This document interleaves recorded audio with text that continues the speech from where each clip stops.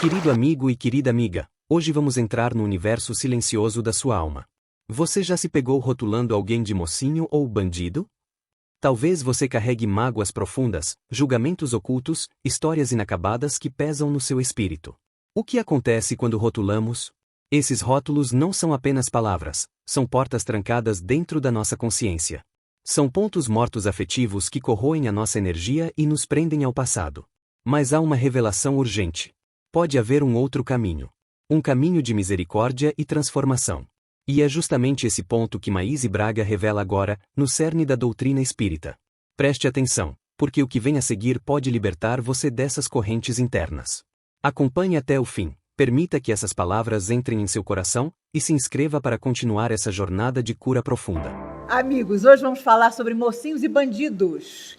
No livro Caminho, Verdade e Vida, psicografia de Chico Xavier, por Emmanuel através de Chico Xavier, capítulo 91, Campo de Sangue, uma mensagem maravilhosa em que Emmanuel nos lembra que quando Judas percebeu o que tinha feito, saiu da sua hipnose ao vender Jesus por 30 moedas, ele corre até o templo e joga as 30 moedas no chão. Ora, os sacerdotes, inesperadamente surpreendidos pela loucura de Judas, o veem sair correndo para matar-se, enforcando-se. Mas nenhum deles queria se abaixar para pegar as moedas, porque eles sabiam muito bem que Jesus, era inocente, e as moedas, naquele instante que tilintaram no chão, eles consideraram amaldiçoadas. Um deles abaixou-se, recolheu as 30 moedas, colocou num saco e decidiram, em rápida reunião, comprar um campo para que estrangeiros fossem enterrados. Era uma espécie de caridade, porque os estrangeiros eram deixados à morte para os abutres nas ruas. E eles resolvem, então, comprar um terreno e ali instituir um cemitério para estrangeiros, que ficou conhecido, está no Evangelho de Mateus, o relato, como Campo de Sangue, porque tinha sido comprado com as 30 moedas que significaram a prisão e a morte de Jesus. Judas, para o mundo cristão, foi o primeiro bandido que existiu.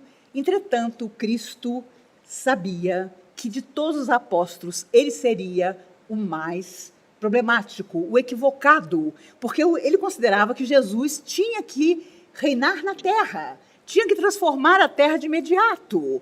Eu já comentei com vocês que se eu fosse Jesus, na hora do julgamento com Pilatos, eu diria, agora parou, agora tudo bem, foi até aqui, eu sou o governador da terra, acabou a brincadeira. Mas Jesus não fez isso. A lição tinha que ir até o fim. E Judas sabia perfeitamente que Jesus deveria reinar no universo inteiro. Ele achava que o reino que Jesus queria era da terra, tinha que ser instalado ali mesmo. E foi seu grande engano.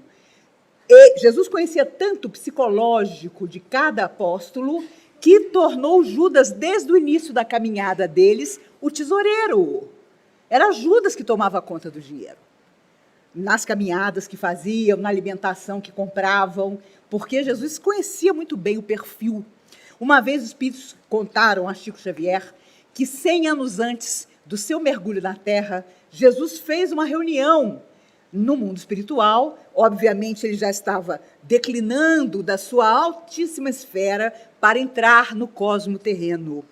E nessa reunião, claro, estavam aqueles que seriam convocados ao primeiro apostolado, estavam os primeiros cristãos, aqueles que, atraídos pelo Cristo, seriam os primeiros a dar suas vidas nas arenas em meio às feras.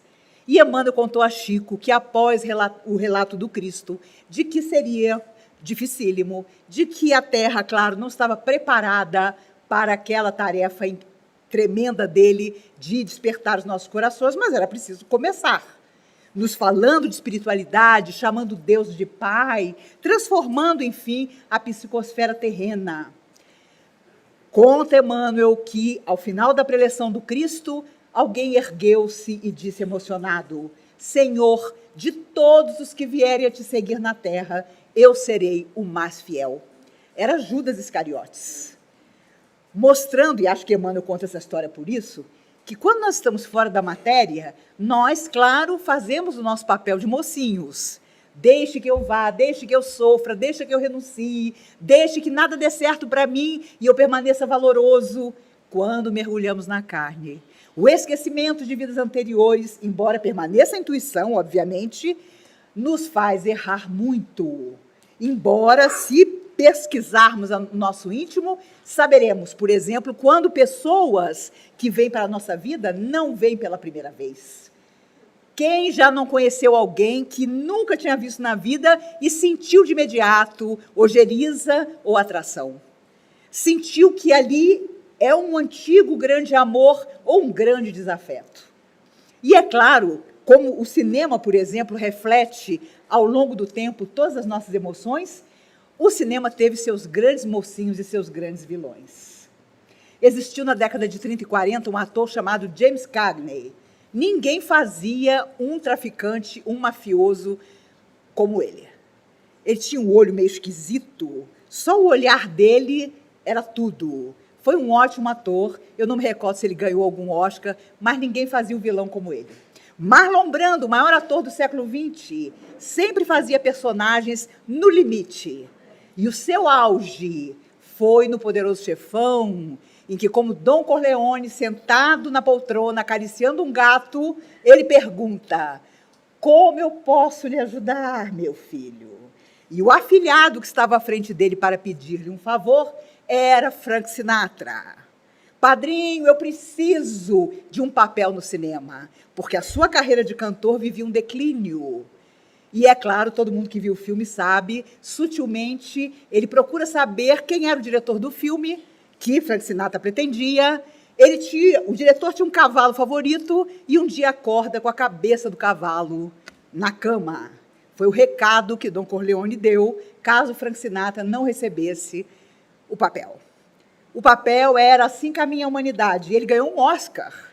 Então, a carreira de Frank Sinatra, que então declinava, tornou-se novamente estelar. E Marlon Brando faz extraordinariamente esse papel. Houve um grande mocinho do cinema, John Wayne. Todos os filmes de faroeste tinham John Wayne como herói. Todos. Ele, na década de 70, descobre um câncer avassalador. Ele tinha sido indicado e, com certeza, venceria o Oscar daquele ano. Mas ele estava cadavérico. A doença já o tomara completamente. Ele tinha que ir ao Oscar. Ele sabia muito bem que era o seu canto de cisne. O que fez? Ele acreditava tanto que precisava até o fim manter a sua imagem de mocinho que, por baixo do fraque, ele inflou uma roupa de mergulho para aparecer para o mundo jovial e forte. Entretanto, o seu pescoço e o seu rosto eram magérrimos. Você olhava a figura dele e percebia que tinha uma coisa errada. Um homem completamente abatido, cadaverizado e, daqui para baixo, forte. Ele acreditara tanto no mocinho que ele foi a vida inteira que não se permitiu surgir à frente do público, mostrando a sua fragilidade física e, meses depois, desencarnou. Outro homem extraordinário, maravilhoso, bonito, Charlton Heston. Um homem inegavelmente carismático. Foi mocinho, foi Moisés no cinema dos 10 Mandamentos, mas na vida pessoal era um homem que apoiava a pena de morte, tinha coleção de rifles dentro de casa. Toda vez que alguém falava em conter armas nos Estados Unidos, ele ia para a televisão e fazia campanha ao contrário. Então era um mocinho no cinema, mas na vida pessoal, uma pessoa provavelmente equivocada quanto a seus valores. Quando os espíritos nos lembram que todos nós temos em nós o homem velho e o homem que tenta ser novo, pensamos no bem e no mal. A própria figura simbólica de Lúcifer, que teceu forças com Deus e, perdendo, é expulso do paraíso e vai em busca de um reino que ele pudesse dominar. Ele e os seus seguidores. Então, os nossos irmãos católicos creem que surgiu o inferno.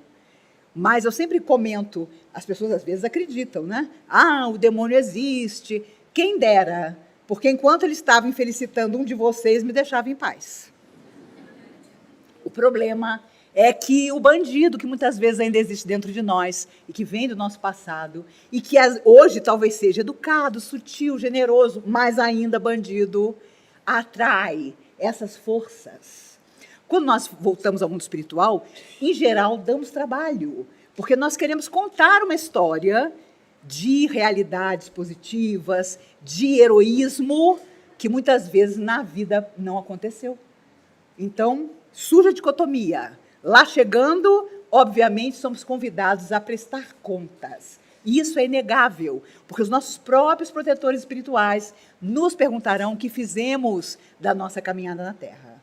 Não é de cara, não. Você saiu do corpo e já tem alguém te esperando. Nada disso.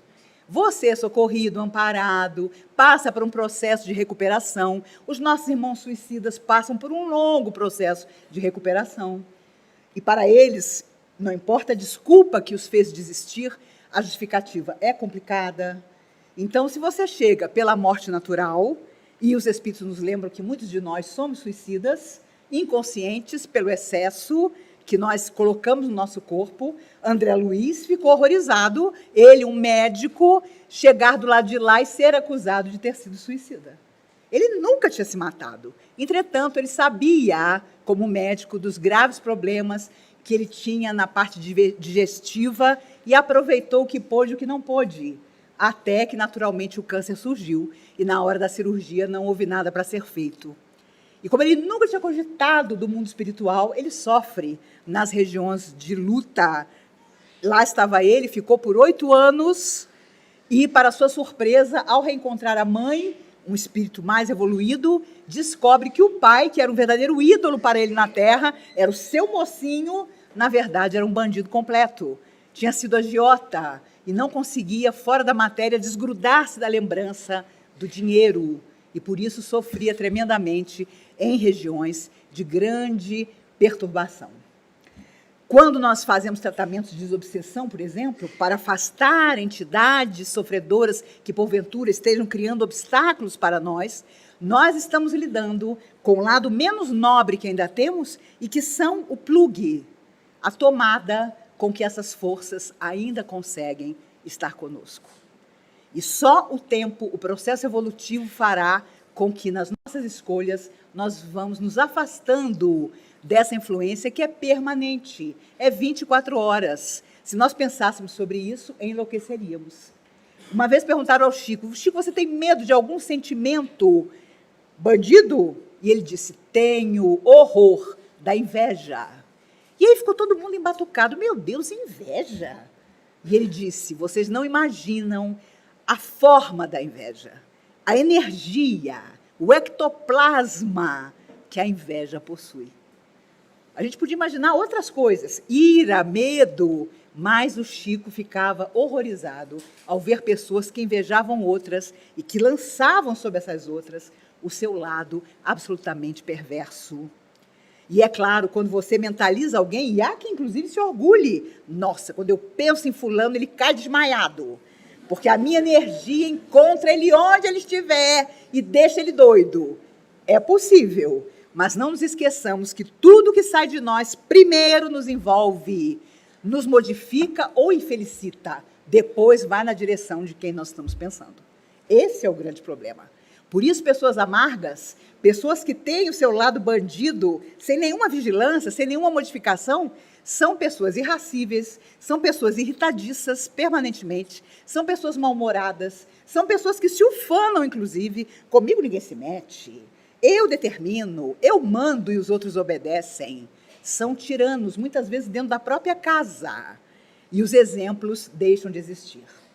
Quantas vezes tivemos nos nossos pais e mães os nossos heróis, os nossos mocinhos, e às vezes não os valorizamos e só quando somos também pais e mães descobrimos todo o sacrifício, toda a dificuldade e olhamos para trás com carinho. Quantas vezes nossos pais ambicionaram coisas, tiveram sonhos, mas não puderam realizá-los porque tinham que pensar em nós. Por isso, quando Emmanuel se lembra de Judas, ele também se recorda de que a primeira coisa que Maria, mãe de Jesus, fez após desencarnar, 13 anos depois do Cristo, ela que foi amparada por João até o último dia de vida na Terra, foi buscar no mundo espiritual Judas, que estava em região de profundo sofrimento. E ela, mãe do Cristo, propõe a ele uma nova existência. E foram muitas vidas de grandes dramas. Imagine você ter a consciência culpada, não porque acusou seu vizinho, mas você acusou o Cristo, a alma mais perfeita que já viveu na Terra. Às vezes nós temos bandidos que trabalham contra nós dentro do nosso corpo, quando sabemos que não podemos determinadas coisas e mesmo assim utilizamos. As drogas são grandes bandidos, embora muita gente diga, a hora que eu quiser eu paro, o que é uma mentira absoluta. Mas nós precisamos acreditar nisso para continuar nas nossas dificuldades, nos nossos vícios. Eu não faço terapia, imagine, eu nunca precisei, mas mal as pessoas conseguem conviver com o seu mau humor constante. E como as pessoas hoje estão da euforia à depressão em questão de horas ou dias, fica difícil até os relacionamentos afetivos, os relacionamentos em família mesmo.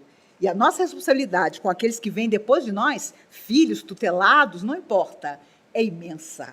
Porque se nós não conquistamos determinadas coisas, ainda nos cabe ensinar, ainda nos cabe exemplificar. Porque, como dizem os espíritos, a palavra convence, mas só o exemplo arrasta.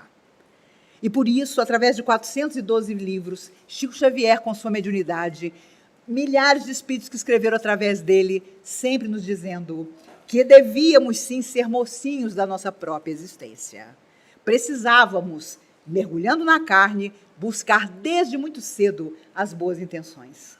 Quantas vezes conheci pessoas, espíritas ou católicas, ou protestantes, ou budistas, que me diziam, eu deixo meu filho livre, quando ele for adulto, escolherá.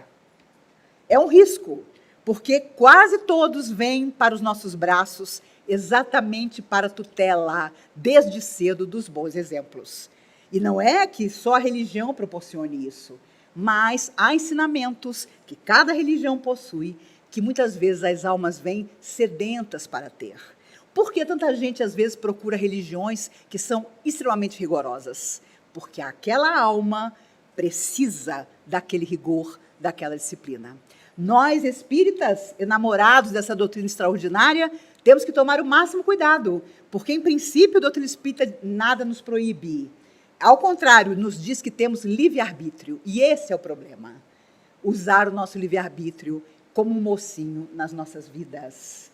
Quando nós fazemos uma grande bobagem e sofremos prejuízo ou prejudicamos o outro, como desejaríamos que os nossos protetores espirituais aparecessem e dissessem, para, não faça isso, mas eles não fazem isso. Embora eles digam que de 1000 formas tentam nos avisar.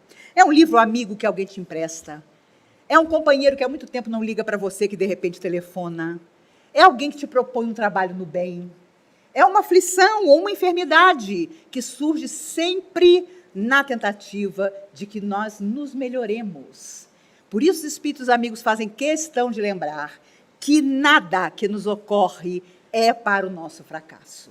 E ninguém vem à Terra para matar, para roubar, para vilipendiar o outro, para abusar do outro de todas as formas. Nós viemos sempre para a felicidade, para ser mocinhos. Só que, invariavelmente, o nosso passado ainda pesa. Eu vejo tantas pessoas jovens na plateia e fico feliz com isso, porque quando somos moços no corpo, ainda há muito a realizar.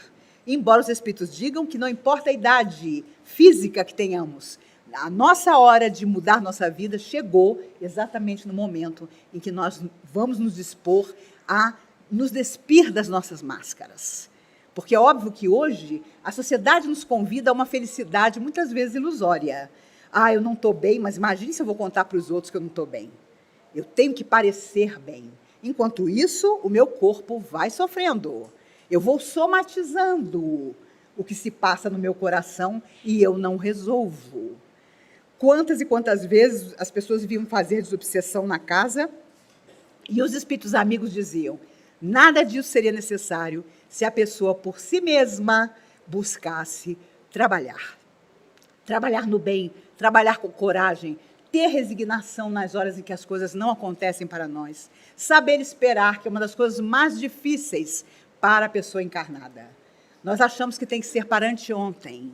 Nós temos hoje, mais do que nunca, uma urgência. Ah, não, se não der certo em 15 dias, eu desisto. Imagine, se Deus fizesse isso, nós estávamos roubados. Porque há quantos e quantos milênios Ele nos aguarda. E ainda vai aguardar por muito tempo.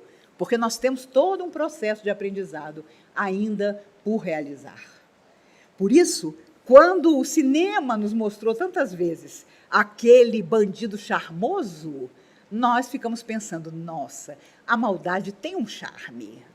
E é verdade. Já comentei com vocês, na minha juventude, quando o rapaz aparecia aqui completamente maluco, com os olhos vermelhos, dentes branquinhos, parecia um coelhinho, as meninas ficavam apaixonadas. Era uma disputa para oferecer uma ficha, um copo d'água, para dizer, olha, vem aqui para essa fila, aqui você vai ser atendido mais rápido.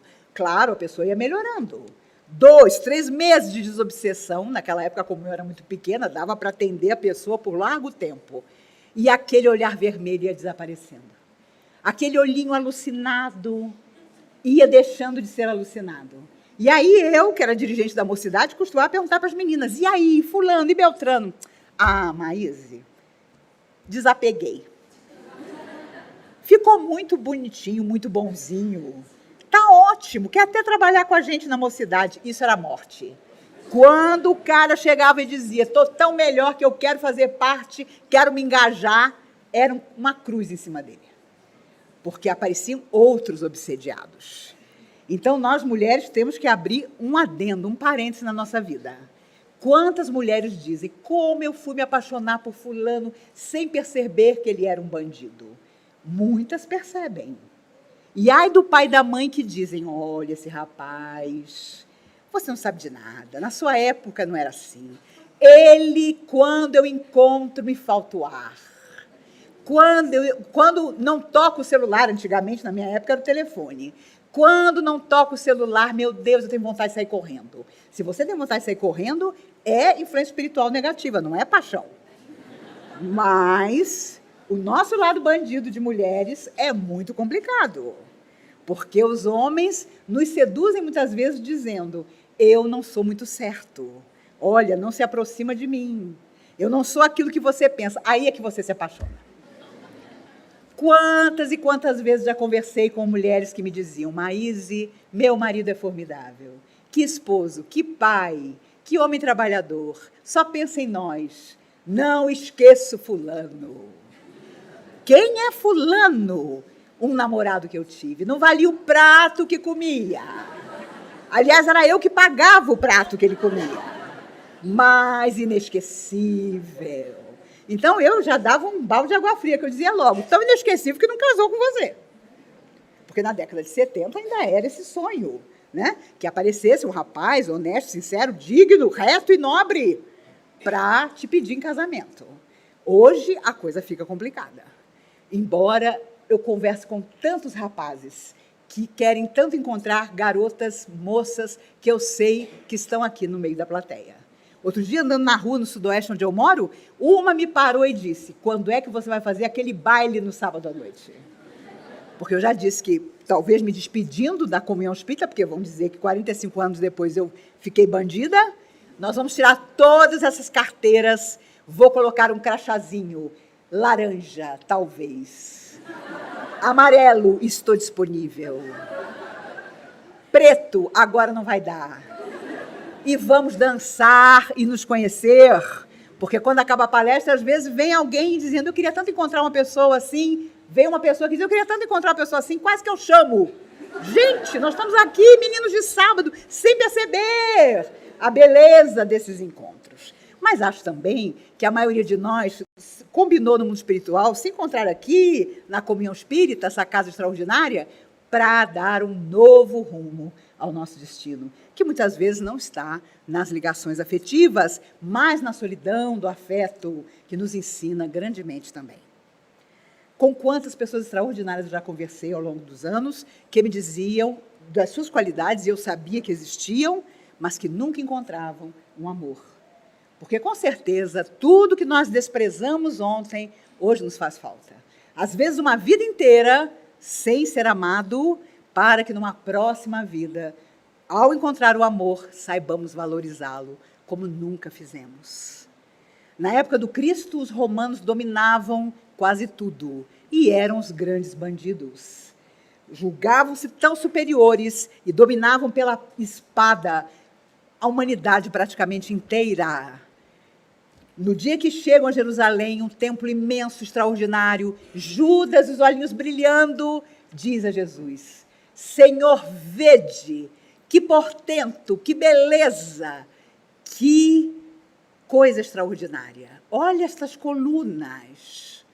Jesus tristemente diz a ele, e no entanto, não ficará pedra sobre pedra, porque Jesus sabia que havia tantos bandidos espirituais na Roma que os bárbaros chegariam e dominariam Roma, para a vergonha de Roma. E foi exatamente o que aconteceu. E tudo começou quando os mais velhos da sociedade romana começaram a ser ridicularizados pelos mais jovens. É assim que começa. É portas adentro da família, onde nós, é claro, reencontramos nosso passado mais chegado. Ninguém vem numa família por acaso. Ninguém vem sem uma família por acaso. É sempre o reflexo, primeiro, das nossas vidas anteriores, a família que nos recebe. E que, é claro, nós, ao perceber que é uma família que vai nos receber, que não é afinizada conosco, nós não desistimos, não desanimamos. Nós dizemos, não, eu sei que vou ter problemas, eu sei que meu pai não vai me amar como pai, eu sei que minha mãe vai ser aversiva a mim, mas eu vou para lá porque eu vou conquistá-los.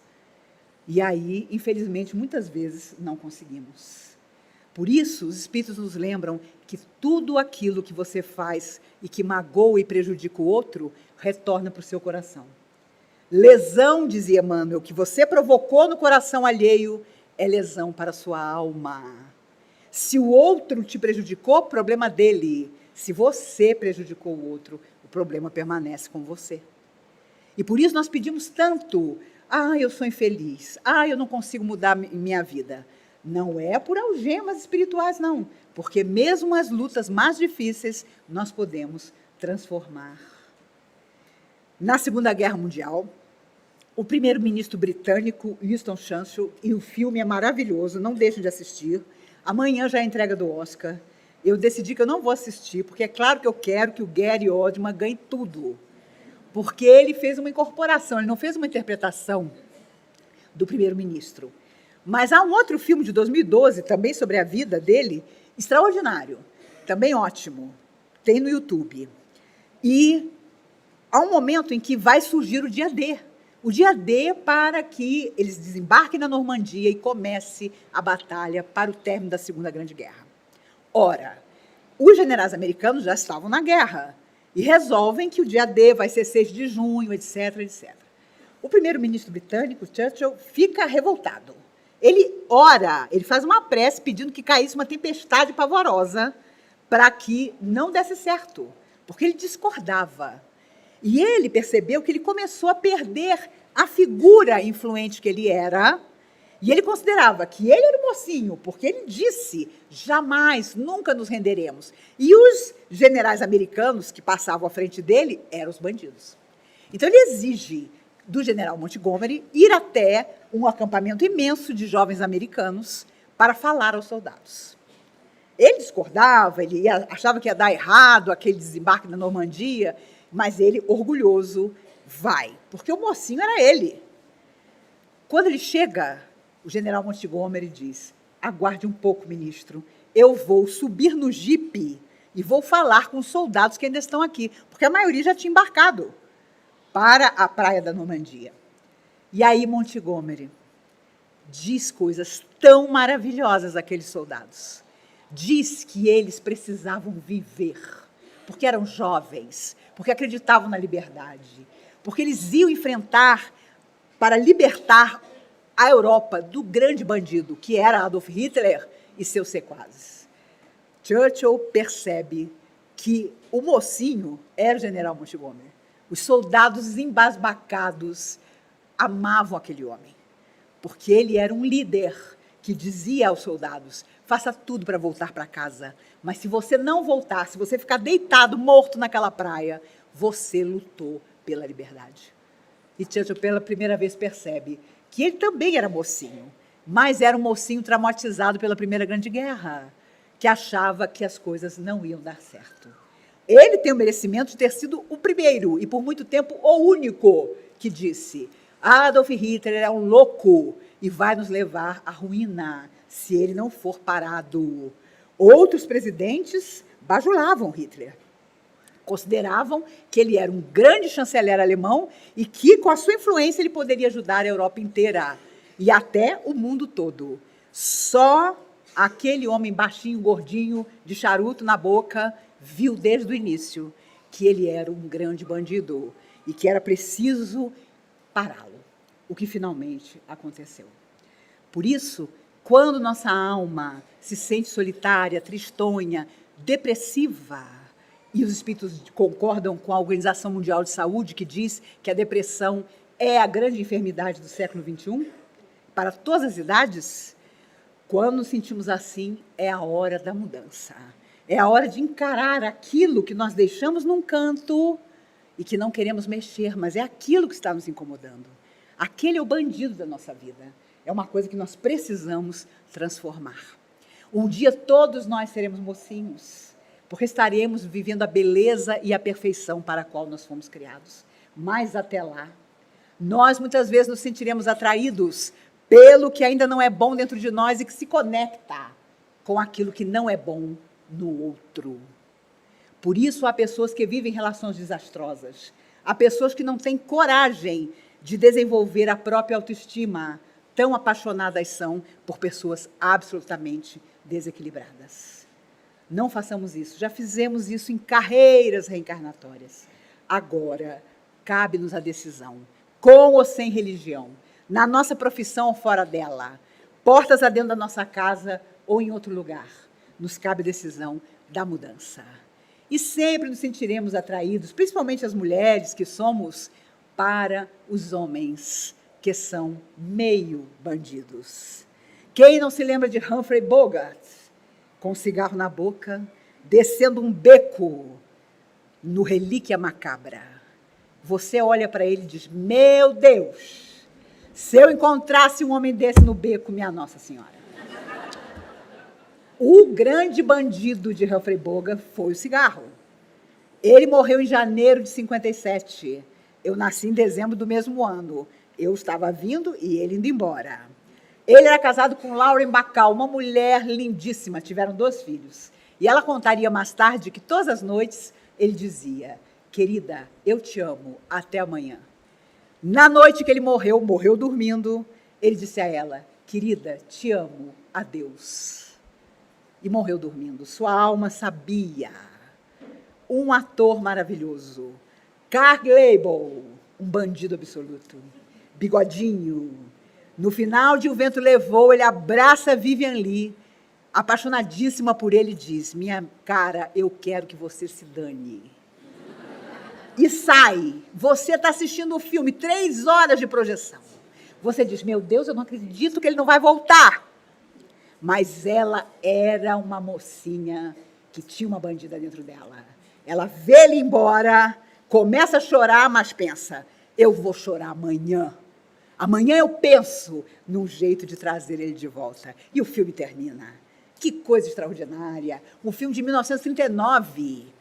Que coisa. Mostrando já naquela época essa relação de amor e ódio que muitas vezes nós temos com as pessoas ao nosso redor. Jesus devia saber de tudo isso.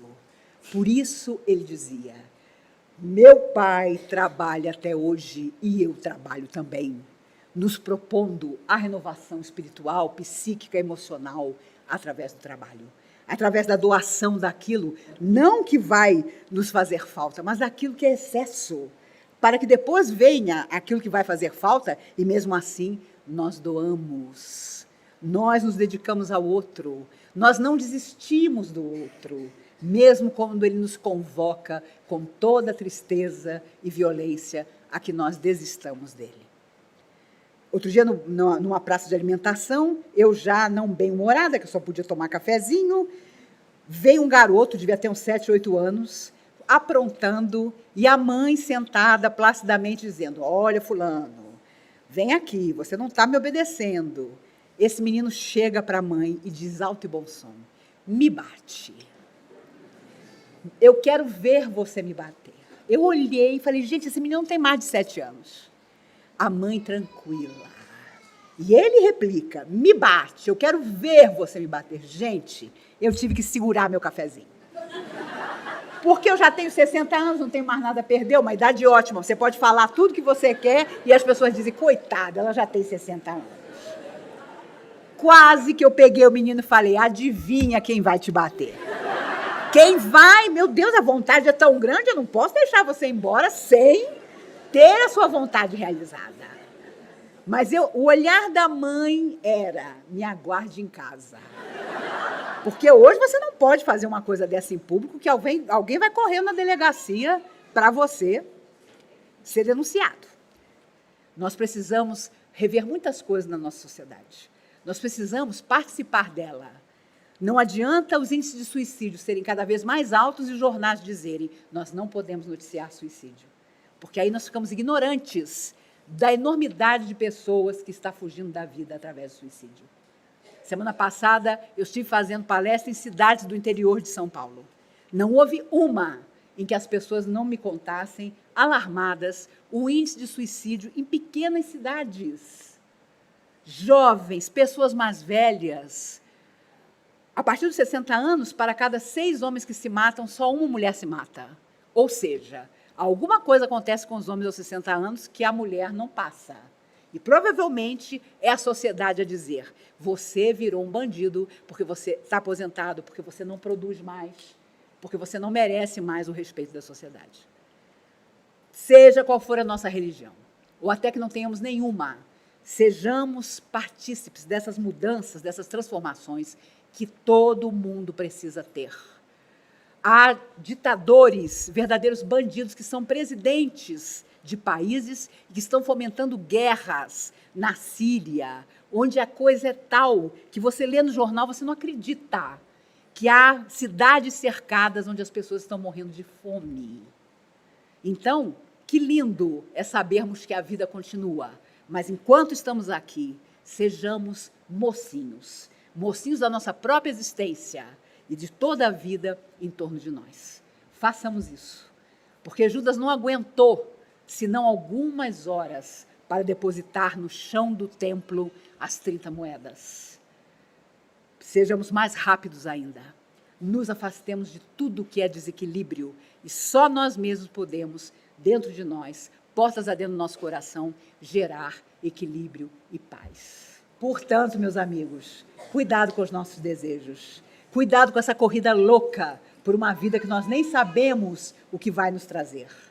Importante demais que nós amemos esse veículo que um dia nós vamos deixar.